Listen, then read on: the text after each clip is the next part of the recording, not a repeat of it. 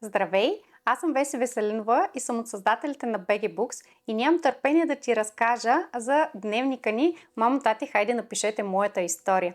Дневник, който разказва за ръчно написаната история на детенцето до третата му годишнина и остава следа за бъдещите поколения. Като родител, зная колко е важно за теб да можеш да запечаташ всеки един важен момент от живота на детенцето.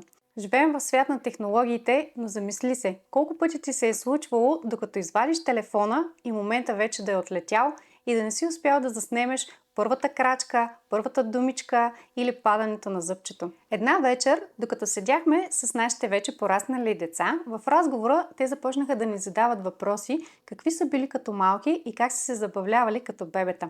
Интересуваха се как сме се запознали, как се е породила идеята за тях, първото зъбче, първата крачка и още куп въпроси. Опитахме се да намерим снимки за всеки важен момент, но осъзнахме, че нямаме за всеки спомен. И понеже беше отминало вече доста време, нямахме ясен спомен за всичко. Тогава се роди идеята за дневника на спомените и се замислихме колко хубаво щеше да бъде, ако и ние имахме такъв за нашите деца. Решихме да им помогнем да създадат и съхранят спомените на своето детенце по един нов и различен начин. В дневника сме подбрали над 200 въпроса, които са зададени от името на детенцето.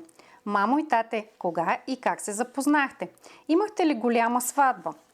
Защо решихте да не се жените? Това е въпрос към неженените родители. Кога решихте за първи път да си имате мен? Бях ли планирано бебе? Кога беше първата ми снимка от утробата? Кога разбрахте какъв ще е моя пол? Радвахте ли се? На кого се сбъдна желанието?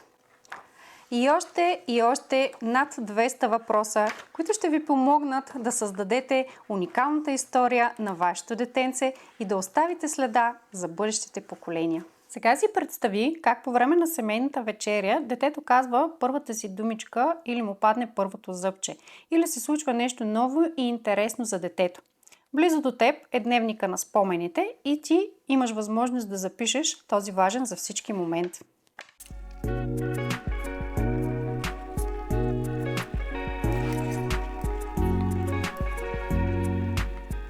А сега си представи как на същата семейна вечеря, но с 10 или 15 години по-късно, в разговора вече порасналият тинейджър те пита: кога, мамо, направих първата си крачка?